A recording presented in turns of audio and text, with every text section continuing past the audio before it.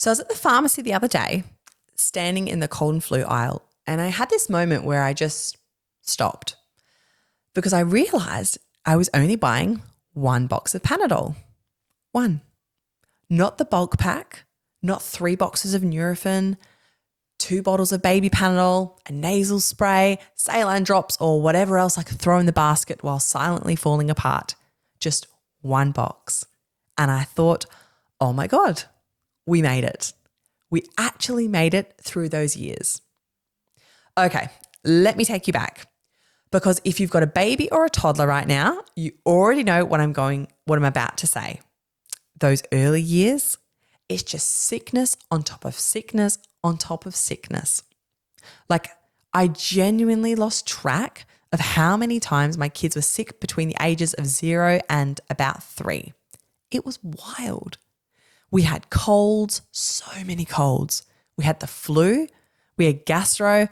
Oh, well, we'll get to gastro. We had COVID. We had hand, foot, and mouth. Not once, not twice. I think we had it 3 times. 3 times. I didn't even know you could get it more than once. Surprise, you can. Thanks for that immune system. Really helpful. And here's the thing that used to drive me mad. We'd finally get through something, like the last snotty nose would dry up, the last cough would fade. I'd wash all the sheets, wipe down every surface, open the windows, feel like a new woman. I think, right, we're good. We're healthy. Let's get back to normal. And then like 5 days later, bam, something else. Every single time. It was like my house had a subscription to illness that I never signed up for and I just couldn't cancel. And my youngest, she copped it the worst. Because her big sister was 2 when she was born, so I had a toddler out in the world, touching everything, licking things, because toddlers lick things. That's just what they do.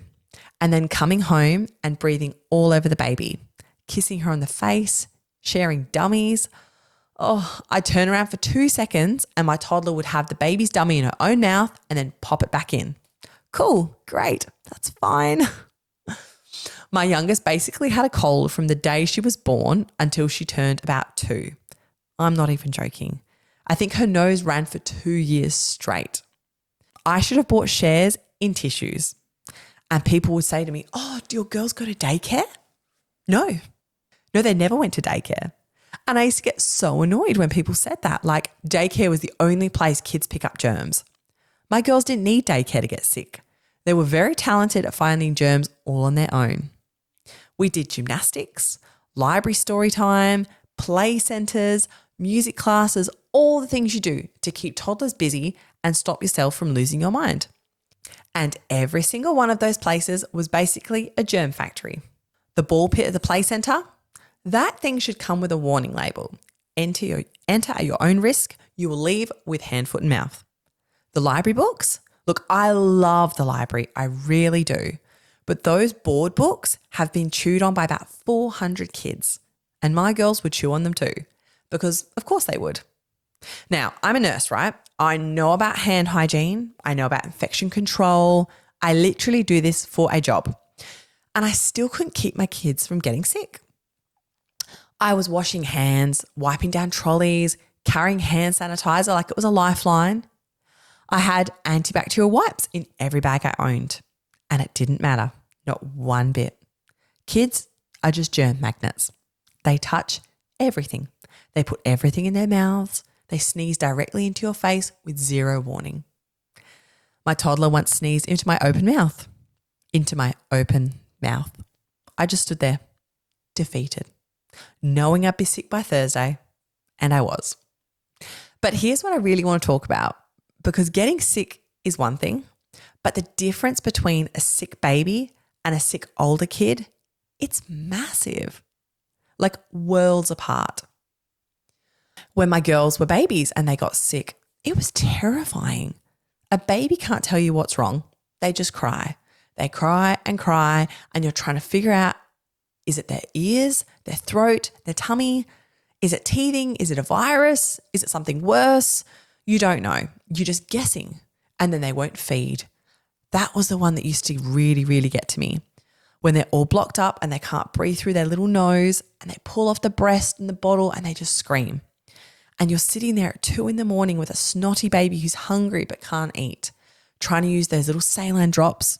Have you ever tried to put any saline drops in your baby's nose? It's like wrestling a furious little octopus. They thrash, they scream, they hate you. And then you get maybe one drop in and they sneeze it right back out into your face. Brilliant. And then you're counting the wet nappies because that's what you do with a sick baby. You watch the nappies. Are they weeing enough? Are they hydrated? I'd be there at 3 a.m. holding a nappy under the light trying to work out if it was wet enough. Nurse brain fully switched on.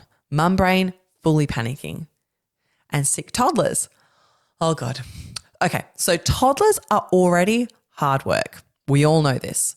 They're loud, they're busy, they have big feelings about everything. My toddler once had a full meltdown because I peeled her banana wrong. That's just a normal Tuesday. Now, add a fever to that, add a cough and a runny nose and the fact that they feel awful, but they don't understand why. A sick toddler is just chaos. They don't want to rest. You know how people say, oh, just let them rest on the couch. Have you met a toddler? They don't rest. They're sick and miserable, but they still want to climb things. They're burning up with a fever and they're trying to ride the dog. Mine will be coughing her lungs out and then ask, can we go to the park? No, honey, we can't go to the park. You've got a temperature of 39. Cue the meltdown. And then the Panadol fight, trying to get medicine into a toddler who doesn't want it, the syringe, the spitting, the sticky pink Panadol all over their face and your shirt and somehow in your hair. I used to feel like I needed a shower after every dose. And can we talk about Gastro for a second? Oh, because Gastro with little kids is a whole other level. I remember one time, and this is gross, I'm sorry, but my toddler had Gastro and she vomited all on me, like everywhere, directly on me. And I just sat there covered in it and I didn't even react. I just thought, yep, this is my life now and this is what I do. I am a human vomit catcher. And then, of course, the baby got it 2 days later. And then I got it. And then my husband got it. So we were all just lying around the house like zombies. No one could look after anyone. The house looked like a crime scene. There were towels everywhere, buckets everywhere. I think we went through 3 cans of air freshener. Good times. Really good times. And the thing that no one talks about, it's not just the sickness itself, it's everything that comes with it. The sleepless nights. Oh, the sleepless nights. You think you're done with broken sleep once your baby starts sleeping through. No, because then they get a cold and you're up all night again, listening to them cough on the monitor, going in to check on them every hour, sitting up in bed wide awake because your mum brain won't let you sleep while your kid is sick, even if they're fine, even if it's just a cold. You're still awake, staring at that monitor like it's a thriller movie and something's about to happen. And then there's work. Calling in sick again, that phone call, hi, I'm so sorry, my daughter's sick, I can't come in. And you feel guilty every single time. Even though it's not your fault, even though your kid is literally throwing up, you still feel like you're letting people down. And you're doing the maths in your head. How many sick days have I used this month? Can my husband take this one? Can my mum come over? Who's going to cover my shift? It's this whole thing. And then you cancel plans. The catch up with your friend, the dinner you'd been looking forward to, the birthday party your kid was so excited about. Sorry, can't make it. Kids are sick again. I felt like I was cancelling everything for about 2 years straight. I'd make plans and then just wait for the inevitable text I'd have to send. Sorry, one of the girls is sick again. I sent that message so many times I could have made it a template. And the mental load of it, that's the bit as well that gets me. Because when your kid is sick, your brain doesn't switch off. You're thinking about their temperature. You're thinking about when the last dose of Panadol was. You're thinking about whether you should call the GP or wait it out. You're Googling symptoms at midnight, which, by the way, never helps. Don't do that. Google will tell you it's something terrible and you'll spiral. I've spiraled many times myself. But here's where I am now. My girls are 5 and 7, and when they get sick now, it's different. So different. My 7-year-old will come up to me and say, Mum, my throat hurts. And I was like, okay, let's get you some Panadol and you can watch a movie. And she'll just go and lie on the couch with a blanket and watch Bluey. And that's it. That's the whole thing. No screaming, no fighting medicine, no counting wet nappies. She just tells me what's wrong and then rests. It's wild. I didn't know it could be this easy. My 5-year-old is a bit more dramatic about it.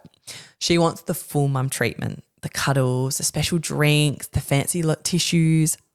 But even she is a million times easier than a baby because she can talk to me. She can say, my tummy hurts or my ear is sore, and I don't have to guess. Do you know how good that is? After years of guessing, it's unreal. And they don't get sick as much now either. That's the other thing. When they were little, it was like every other week. Now it might be once every couple of months. And when they do get something, they bounce back so much faster. A cold used to knock us out for a whole week. Now it's like 2 days and they're back to fighting each other over who gets the pink cup. Normal service resumed. And look, I was chatting to one of my friends the other day. She's got a 1-year-old and a 3-year-old. And she was telling me about how they've been sick nonstop since winter started. One thing after another. She sounded exhausted. Like that deep tired where you can hear it in someone's voice. And I just felt it because I remember that. I remember being so tired of being tired, so sick of being around sickness, feeling like it would never end, like I'd never have a normal week again. And I wanted to say something helpful, but I didn't want to be that annoying person who says, oh, it gets better, because when you're in it, that doesn't help. When you're up at 3 a.m. with a screaming baby and a sick toddler and you haven't slept properly in weeks, you don't want someone telling you to hang in there. You want someone to come over and hold the baby so you can have a shower or a nap or just sit in silence for 5 minutes. But I will say this, because it is true and I wish someone had said it to me. It does get easier. Not in a one day you'll look back and miss it kind of way. No, I do not miss Gastro. I do not miss the saline drops. I don't miss being vomited on, and I don't miss any of that, and I don't think I ever will. But the relentless back-to-back never-ending sickness thing, it slows down. It really does. Their little immune systems figure it out eventually. And one day you'll be standing in the pharmacy buying 1 box of Panadol and you'll realize, oh, we're through it. We actually got through it. So if you're in the thick of it right now, if your house smells like Dettol and Vicks, if you've got a bucket next to every bed, if you've cancelled plans for a 3rd week in a row, if you're on your 2nd round of hand, foot and mouth and you want to scream, I get it. I really, really get it. And you're doing a great job, even though it doesn't feel like it. Even though you're covered in snot and you can't remember the last time you washed your hair, you're doing it. And it won't be like this forever. I promise.